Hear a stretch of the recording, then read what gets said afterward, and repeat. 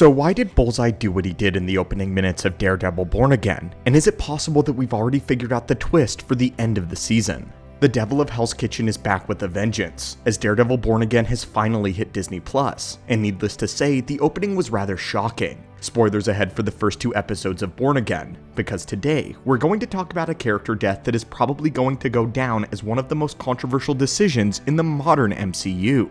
So let's break it all down, and explain exactly why Bullseye did what he did.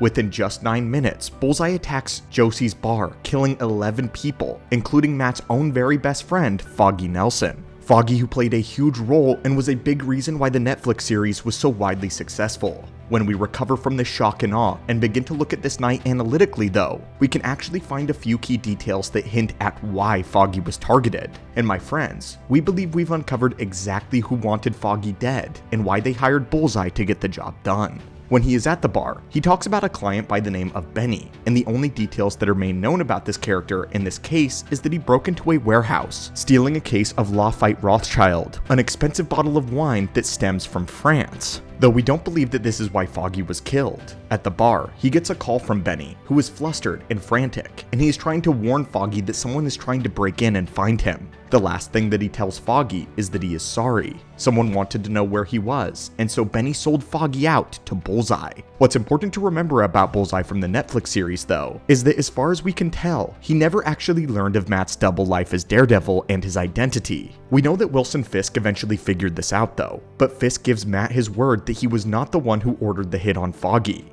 Fisk is not exactly known for his honesty though, but not only does this line up at least with what we know, and he appears to be telling the truth. He even broke Bullseye's back at the end of season 3. So Bullseye has more than one reason to set his sights on Kingpin than just to attack Foggy. If Kingpin did not order the hit, and Bullseye does not know that Matt and Daredevil are one and the same, then this doesn't seem like it was related to Matt's life as a vigilante, and it wasn't specifically designed to target Daredevil either from the events of season 3.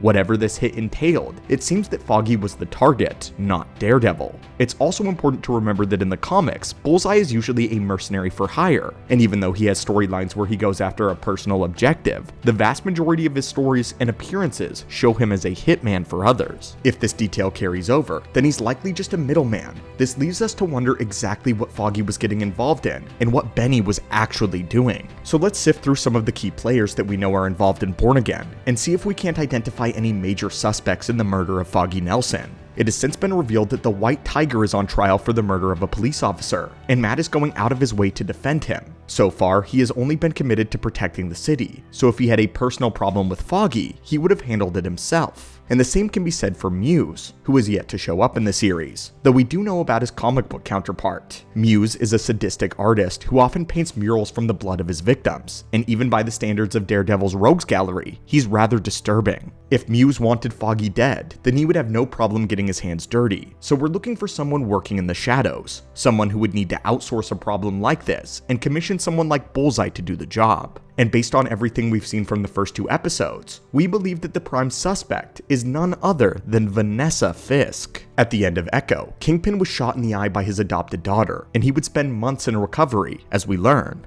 Vanessa would step in to fill the power vacuum that he left behind. She took over the business, and in her own words, it had never been more profitable than it was under her control. Vanessa seems to have taken a keen interest in making their underground operation thrive in Wilson's absence, and this would include getting dirty work done when it needed to be done. Vanessa ordered the execution of Ray Nadim in season 1 in order to protect her own interests, and she is keenly aware of Bullseye's talents since she has seen him up close. In fact, her very first scene in the show is a negotiation between art brokers in what appears to be an underground gallery, and it's like she's entered the market of illegal art trading and could have gotten involved with Bullseye this way. Wilson says that she would know the age of his desk by sight, and the Netflix series made us acutely aware that she has an affinity for art and artifacts, so the idea that she would get into illegal art dealing is not far-fetched at all. We believe that Wilson Fisk was being truthful with Matt when he told him that he did not order the hit on Foggy, but since he has been absent from the family empire, then he may not know that his own wife has taken matters into her own hands. Now, this leaves us with the question of motive. Why would Vanessa want Foggy dead?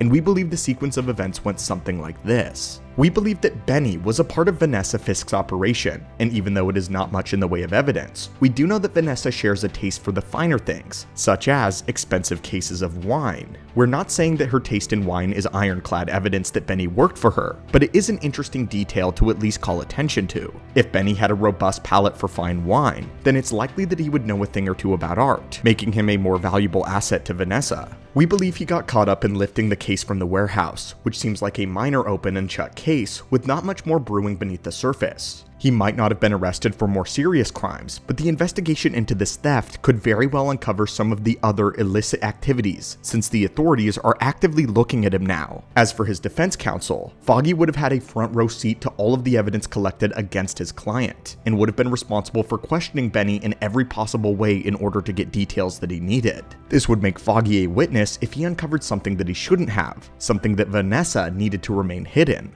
So now, she needs a way to silence both Benny and Foggy, so she reaches out to the single most talented hitman that she's seen in her entire life. Even though her husband broke his back, we know that at the end of season 3, someone financed his spinal reconstruction, though we don't officially know who yet. Depending on when this scene took place, or if it is still canon, Vanessa may have seen this as an opportunity to keep someone so talented on the payroll behind her husband's back. This is why Benny specifically says that he wanted to know where Foggy was, because the he in question is Bullseye, though he was working for Vanessa. Vanessa has always been a snake, a silent schemer working in the shadows, manipulating everyone to her liking, and there is no reason why she shouldn't also hide things from Wilson, especially given how little he's been involved as of late. The two are even having marital problems because of Fisk's divided attention, so there's no way that he still knows all the details of what's going on in his own operation. Vanessa, however, offers Poindexter a deal, one that would include massacring the law firm of Nelson and Murdoch and Page, and we know that even though he never knew Daredevil and Matt were one and the same, their legal team did play a significant role in season 3, and Bullseye even greets Karen by name when he approaches her. When he opens fire, he shoots Foggy first, as this is his target, but he doesn't shoot Karen second despite her being right there on the sidewalk.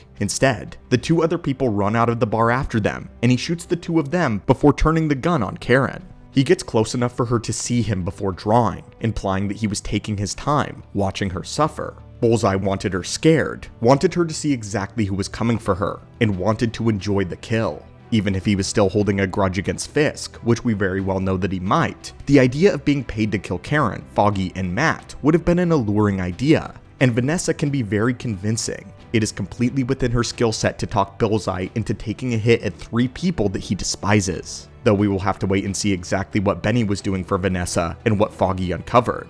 What we do seem to know though, is that Vanessa was making a majority of her capital not from drugs, guns, or other illicit services, but rather from fine art. Paintings, sculptures, artifacts of historical significance, or other cultured goods are a hot commodity on the black market, and Vanessa knows this industry better than anybody. We believe that she expanded the empire to encompass an entire division dedicated to the black market art trading, and Benny was somehow involved with this. As for specific details though, all will be revealed to us in time, but this will be a fascinating reveal, especially if it's true, and especially since we know Fisk himself is now in the dark. Not only has his wife been running the business without him, but she's having people murdered by one of Fisk's most prominent rivals without him ever knowing. Wilson has no idea that this operation has become something new, and we have no idea what he plans to do about it once he discovers it. But anyway, my friends, what do you think of the first 2 episodes of Daredevil Born Again? Is this a proper return for the Daredevil team? And what would you like to see from the rest of the series and the 2nd season, which has already been confirmed? As always guys, Hulk smash that subscribe button for more Marvel lore, and I'll see you soon.